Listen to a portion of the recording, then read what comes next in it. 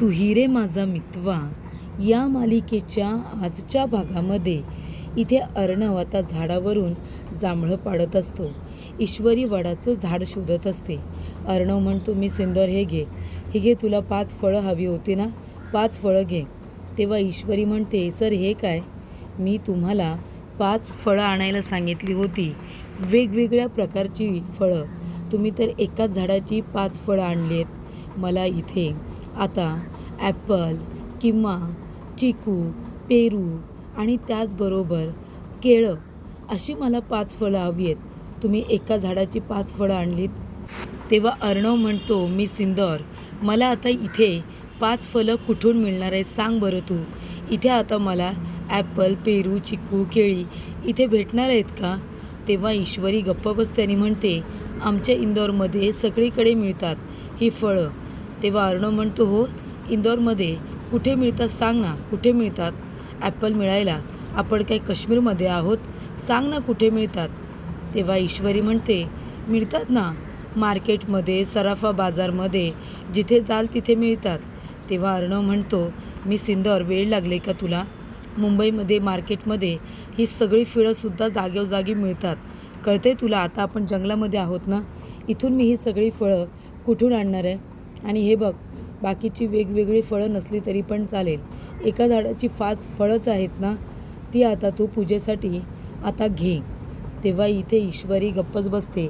अर्णव म्हणतो, बरं ते जाऊ दे, तू वडाचं झाड शोधत होतीस ना, कुठे आहे वडाचं झाड सांग, आहे तरी कुठे?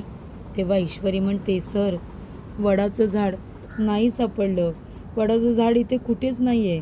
तेव्हा अर्णव म्हणतो, बघ, मी ॲटलिस्ट तुला पूजेला 5 फळं तरी आणून दिली आहेत, पण तुला वडाचं झाड तरी मिळालं आहे का सांग ना. मला बोलतेस तू, आता कशी करणार आहेस तू पूजा? मी तर म्हणतो जाऊ दे, पूजा वगैरे काही करायची गरज नाही, चल तू माझ्याबरोबर चल. ईश्वरी म्हणते, नाही हा सर, अजिबात नाही, वडाची पूजा मी करणार म्हणजे करणारच, काहीही झालं तरीसुद्धा माझी वट पौर्णिमा साजरी झाली पाहिजे. जोपर्यंत मी वडाची पूजा करत नाही तोपर्यंत मी इथून कुठेही जाणार नाही, असं ईश्वरीने सांगितलेलं असतं. तेव्हा अर्णव म्हणत असतो, मी सिंदूर, मग आता काय करणार आहेस तू सांग ना, लोक वडाची पूजा कशासाठी करतात? तेव्हा ईश्वरी म्हणते, कशासाठी म्हणजे? अर्णव म्हणतो, तुझ्या लेखी माझ्या लाँग लाईफसाठी, बरोबर ना? मग जाऊ दे, आता कर कशी तरी ती पूजा, दुसऱ्या झाडाची कर ना. तेव्हा ईश्वरी म्हणते, सर, तुम्ही गप्प बसा. त्यानंतर इथे रमाकांत काका वल्लरीच्या रूममध्ये शोधाशोध करत असतात, कारण त्यांना वल्लरीवरती संशय असतो की आता 20 वर्षांपूर्वी घडलेल्या घटनेमध्ये वल्लरीचा काहीतरी संबंध आहे आणि आत्तासुद्धा ज्या काही गोष्टी घडत आहेत त्याच्यातसुद्धा वल्लरीचा संबंध आहे.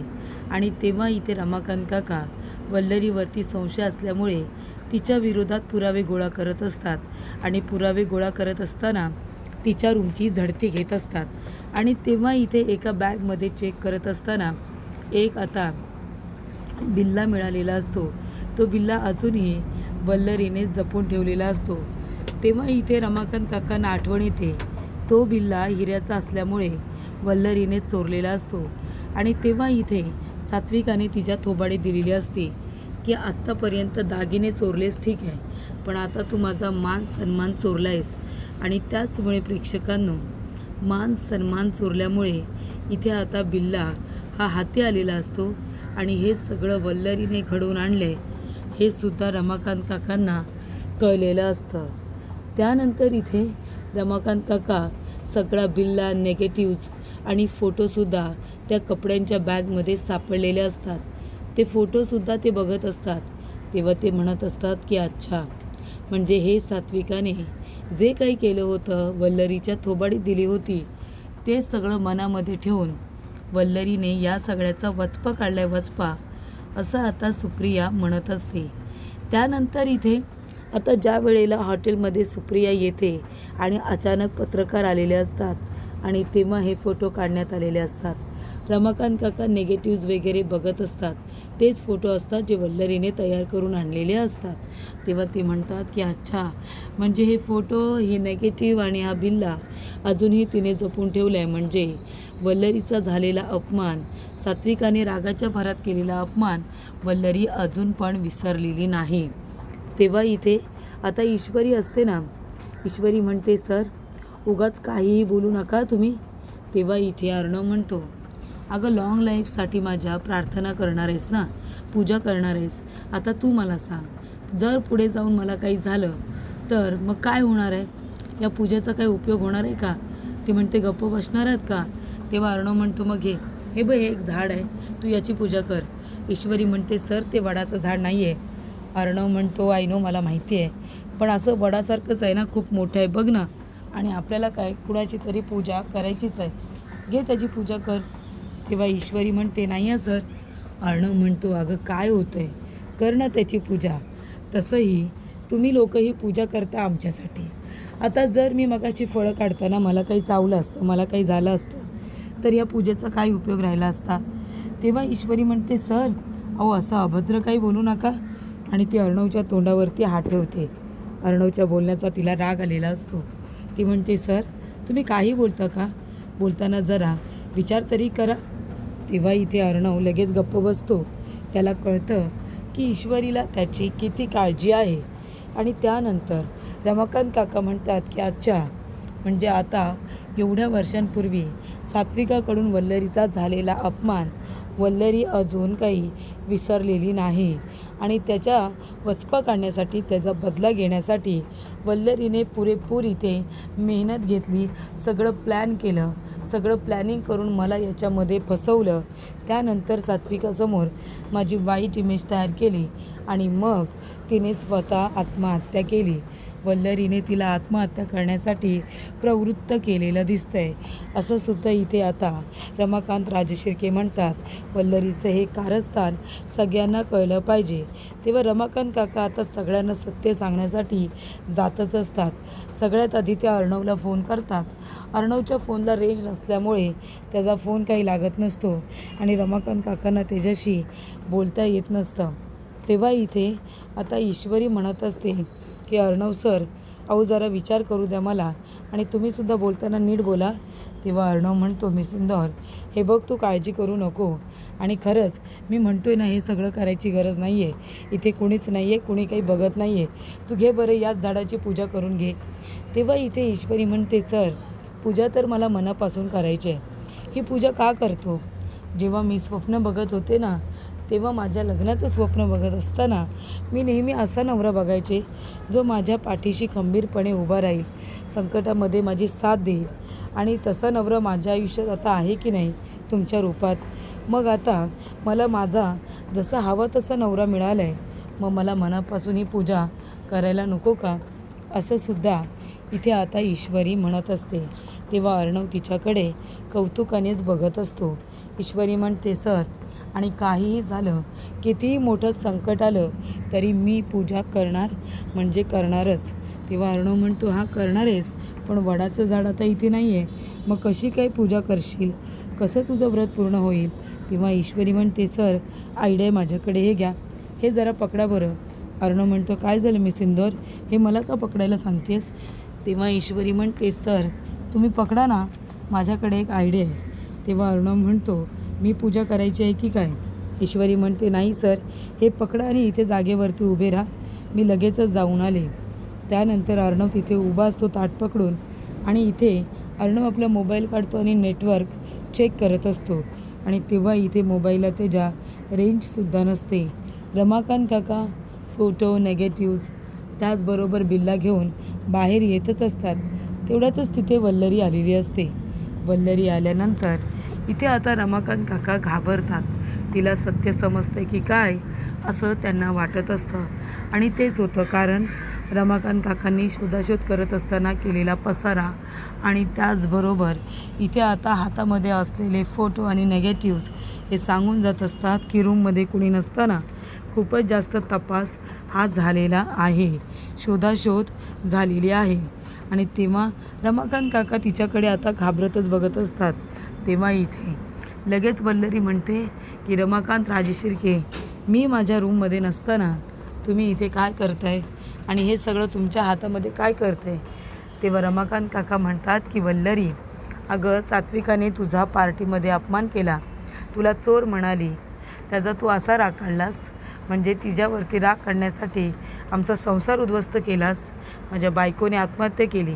माझी 2 लहान पोरं रस्त्यावरती आली. फक्त तुझ्यामुळे ना. हे सगळं तू केलंस ना. अपमान झाला म्हणून. वल्लरी म्हणते, अरे वा, फार कमी वेळेत तुम्ही सत्य शोधून काढलं. सगळं कळलं ना तुम्हाला. आता सगळं कळलंच आहे तुम्हाला, तर मला काही फरक पडत नाही. तेव्हा रमाकांत म्हणतो, पण का? हे सगळं करून तुला काय मिळालं सांग ना. तेव्हा ती म्हणते, समाधान मिळालं मला. जेव्हा सात्विकाने आत्महत्या केली ना, तेव्हा मला समाधान मिळालं. तेव्हासुद्धा काय मिळत होतं का आम्हाला? ती ओल्ड लेडी तर मुलीच्या प्रेमात इतकी आंधळी झाली होती की मुलाकडे लक्षसुद्धा नव्हतं. त्याचबरोबर इथे आता जे काही होतं ते सगळं तुमचं होतं. भेदभाव सुरू होता आणि आतासुद्धा तेच सुरू आहे. जे तेव्हा झालं ते आता सुरू आहे. माझा आकाश खूप मेहनत करतो आणि अर्णव जातो काय तर सगळं क्रेडिट घेऊन. माझा आकाश एवढी मेहनत करतो आणि त्याचं फळ त्याला मिळत नाही ना, तेव्हा मला खूप जास्त राग येतो. रमाकांत राजे शिर्के, कळलं का? मला खूप राग येतो. तेव्हा इथे रमाकांत म्हणतो, पण मी आता थांबणार नाही आहे. मी आत्ताच्या आत्ता जातो आणि सगळ्यांना सत्य सांगतो. तेव्हा वल्लरी त्याला अडवण्याचा प्रयत्न करत असते. ती म्हणत असते, चल हट, कुणाला काही सांगायचं नाही, कळलं ना. मी काही सांगू देणार नाही. आणि तेवढ्यातच इथे आता ईश्वरी येताना म्हणते, सर द्या, इथे उभे राहा बरं. पानावरती तिने अर्णवला उभं केलेलं असतं आणि ईश्वरी त्याची पूजा करत असते. अर्णव म्हणतो, मी सिंदूर काय करतेस तू? अरे गारगार वाटते, पायावरती पाणी होते सर. तेव्हा ईश्वरी म्हणते, सर तुम्ही जरा थांबाव. ती आता त्याच्याच पायाला हळद कुंकू लावते. त्यालाच इथे आता कुंकू वगैरे लावल्यानंतर ती उभी राहते आणि पूजा करत असते.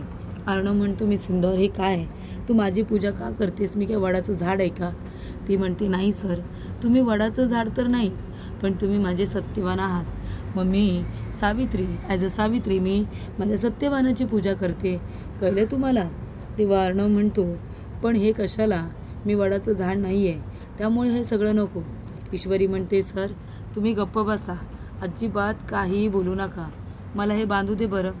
आणि तेव्हा ती त्याच्या आता हाताला दोरा बांधते आणि त्याच्याच भोवती ती 7 फेरे घेत असते. अर्णव तिच्याकडे बघत असतो प्रेमाने. ईश्वरी इम्पॉसिबल आहे, ती काहीही करू शकते. आपण ही पूजा का करतो वडाच्या झाडाची? तर इथे नवऱ्याचं आयुष्य वाढावं म्हणून आणि 7 जन्म हाच नवरा मिळावा म्हणून. पण आता जर ईश्वरी 7 फेरे वडाच्या झाडाला घालण्याऐवजी त्यालाच घालते, म्हणजे 7 जन्मांसाठी ईश्वरीने इथे अर्णवला अगदी बुक करून ठेवलेलं असतं. त्यानंतर रमाकांत काका जात असताना ईश्वरी त्यांना अडवण्याचा प्रयत्न करत असते. फ्लॉवर पॉट त्यांच्या डोक्यामध्ये घालते, त्यांना बेशुद्ध करते आणि त्यांना रूममध्ये ढकलून देते. ती म्हणते, चल हट, कुठे जातोयस तू? माझं सत्य कधीच कुणाला कळणार नाही, ते माझ्याबरोबरच दफन होणार. आणि त्यानंतर रमाकांत काकांना तिने बेशुद्ध केलेलं असतं आणि आता तिला त्यांना गायब करायचं असतं. तिला मदत लागणार असते एका व्यक्तीची आणि ती त्या व्यक्तीची आता मदत घेणार असते. अर्णव इथे आता उभा असतो. ईश्वरी गोल गोल फिरते, 7 जन्मांसाठी त्यालाच मागते. हे बघून त्याला खूप आनंद झालेला असतो. तेव्हा इथे वल्लरी म्हणते, आता याचं काय करायचं? काही झालं तरी माझं सत्य कोणालाही कळता कामा नये. फोटो, निगेटिव्ज आणि बिल्ला सगळं काही जपून ठेवलं होतं, ते सगळं याच्या हाती लागलं. तेव्हा इथे आजी येते आणि म्हणते, वल्लरी, अगं वल्लरी, कसला आवाज आला? वल्लरी म्हणते, आई माझा मेकअप बॉक्स खाली पडला त्याचा. तेव्हा इथे आजी म्हणतात, अगं पण एवढ्या जोरात सगळं काही ठीक आहे ना? दरवाजा उघड बरं. ती म्हणते, नाही आई, मी थोडा पसारा काढलाय, तो जरा आवरते आणि मी चेंज करून बाहेर येतेस, तुम्ही जरा थांबा हां, मी लगेच आले. तेव्हा इथे आजी म्हणते, अशी काय? दरवाजा पण उघडत नाही आहे, चेंज करते म्हणते, पसारा पण काढलाय. पसारा काढलाय तर चेंज कसं करणार आहे? सगळी कामं उरकूनच घेईल ना ती. तेव्हा इथे आजीला वाटतं की जाऊ दे, काहीतरी काम असेल. आजी निघून जाते तिथून. तेव्हा इथे अर्णव ईश्वरीचा हात पकडतो आणि म्हणतो, मी सिंदूर, इम्पॉसिबल आहेस तू, कधी काय करशील काही सांगता येत नाही. तेव्हा ईश्वरी म्हणते, सर तुमच्यासारखा नवरा मला 7 जन्मांसाठी हवा आहे. वडाचं झाड नसल्यामुळे मी ही पूजा केलेली आहे. तेव्हा इथे अर्णव म्हणतो की तू अशी पूजा केली आहेस जशी कधी कोणीच केली नसेल. ईश्वरी म्हणते की वडाचं झाड नाही आहे, मी माझ्या सत्यवानाची इथे पूजा केली आहे मनापासून. इथे आता सर ही पूजा केली, गोड मानून घ्या. 7 जन्मांसाठी माझी साथ द्या, असं ती अर्णवला म्हणते. तेव्हा अर्णव तिच्याकडे प्रेमाने कौतुकाने बघा कसा बघतोय. आणि तेवढ्यातच इथे ईश्वरी आता अर्णवला म्हणत असते, अहो सर तोंड उघडा. आणि इथे ईश्वरी अर्णवला आता जांभूळ भरवते. जांभूळ अर्णव ते जांभूळ खात असतो, तिच्याकडे प्रेमाने बघत असतो. अर्णवला ईश्वरीची ही गोष्ट फारच आवडलेली असते. तो तिच्याकडे असं टक लावून बघत असताना ईश्वरीसुद्धा त्याच्या प्रेमात आणि त्याच्या नजरेत पूर्णपणे आता विसरून गेलेली असते स्वतःला. त्यानंतर ईश्वरी म्हणते, सर अहो चला आपल्याला जायचं आहे, चला चला चला, आपल्याला उशीर होतोय ना, आता निघावं लागेल. तेव्हा इथे अर्णव ईश्वरी आता दोघेही जायला निघतात. तेव्हा अर्णव पटकन ईश्वरीचा हात पकडतो आणि तिला विचारतो, मिसिंदर मी खरंच तुझा इथे आता सत्यवान आहे का?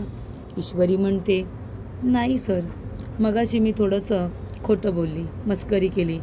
तेव्हा अर्णव म्हणतो, सिरियसली म्हणजे मी तुझा सत्यवान नाही आहे? तेव्हा ईश्वरी म्हणते, नाही आहे. कारण का? तर सत्यवान आहे ना, तो कधी भांडत नव्हता, तो आपल्या बायकोचं सगळं ऐकायचा.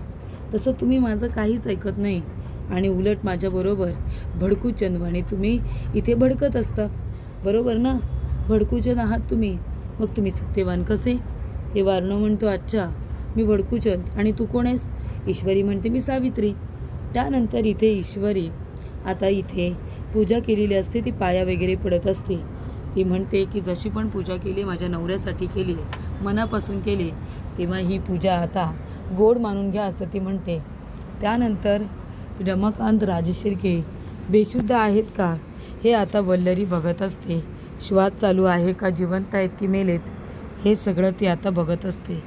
तेव्हा वल्लरीला असं वाटतं की आता या माणसाची विल्हेवाट लावली पाहिजे ना, या माणसाची विल्हेवाट लावली पाहिजे, नाहीतर मग काय होईल, हा माणूस जाऊन सगळ्यांना सगळं खरं खरं सांगेल. तेव्हा वल्लरी लगेच इथे उदयकांतला फोन करते आणि म्हणते की उदयकांत मला तुझ्या मदतीची गरज आहे. तेव्हा उदयकांत म्हणतो, ठीक आहे, मदतीची गरज हवे, येतो. वल्लरी म्हणते, मी जे लोकेशन पाठवले ना त्याच्यावरती लवकरात लवकर ये, अजिबात वेळ वाया घालू नकोस, महत्त्वाचं काम आहे. तेव्हा इथे उदयकांत तिची मदत करायला तयार झालेला असतो. तो म्हणतो, चला कामाला लागा. तेव्हा इथे वल्लरी रमाकांत काकांकडे बघत असते. तिला असं वाटतं की हे सत्य आता लपून राहील, कुणाला काही कळणार नाही. फक्त एकदा जर वल्लरीला सुप्रियाने बघितलं तरीसुद्धा तिचं भांडं फुटेल. आता रमाकांत काका सांगण्याचा प्रयत्न करत होते, तरी पण इथे कुणीही ऐकलं नाही. तेव्हा इथे आता ईश्वरी आणि अर्णव पुढील भागामध्ये जायला निघालेले असतात आपल्या गाडीमधून. आणि तेव्हा गाडीचा टायर हा पंक्चर झालेला असतो. ईश्वरी म्हणते, सर काय झालं? तेव्हा अर्णव म्हणतो, मिसिंदर गाडीचा टायर पंक्चर झालेला आहे. तेव्हा ईश्वरी म्हणते, सर मग आता काय करायचं, आपण घरी कसं जायचं? अर्णव म्हणतो, तू काळजी करू नको, आपण आता गाडी नीट करूया. आणि तेव्हा ईश्वरी आता खूपच पॅनिक झालेली असते. तर इथे उदयकांत रमाकांत शुद्धीवरती आल्यानंतर त्याला म्हणत असतो की हे बघ, जोपर्यंत मी आणि वल्लरी आहोत ना, तुला इथून कुणीही वाचू शकणार नाही, तुला बाहेर काढू शकणार नाही. तेव्हा इथे रमाकांत म्हणतो, तुम्ही कितीही मला इथे डांबून ठेवण्याचा प्रयत्न करा, मी इथून बाहेर पडणार आणि सगळ्यांना सगळं सत्य सांगणार. तुम्ही दोघांनी मिळून जे जे काही केलं आहे ना ते सगळं मी सगळ्यांना सांगणार आहे. त्यानंतर इथे अर्णव गाडीचा टायर चेंज करत असतो. आणि तेव्हा गाडीचा टायर चेंज करत असताना ईश्वरीची सुद्धा अर्णवने मदत घेतलेली असते. ईश्वरी इथे पडतच असते. तेवढ्यातच अर्णव ईश्वरीला सावरतो, तिचा हात आता घट्ट पकडतो. आणि इथे जेलमध्ये राकेश असतो. राकेशने मडक्यातून बॉम्बसाठी लागणारं साहित्य, तो मसाला बाहेर काढलेला असतो. राकेश म्हणत असतो की चला अर्णव, ईश्वरी, ही वटपौर्णिमा तुमच्या दोघांची शेवटची वटपौर्णिमा आहे असं म्हणायला काही हरकत नाही. ओम भट स्वाहा असं म्हणून तो आता जी पावडर असते ना ती आता फुंकर मारून घालवत असतो. तर अशा रीतीने राकेश, वल्लरी आणि त्याचबरोबर मिसेस देशमुख, सौदामिनी देशमुख सगळेजण हात धुवून अर्णव ईश्वरीच्या मागे पडलेले असतात. आणि त्यामुळे इथे अर्णव ईश्वरी सतत संकटामध्ये येत असतात.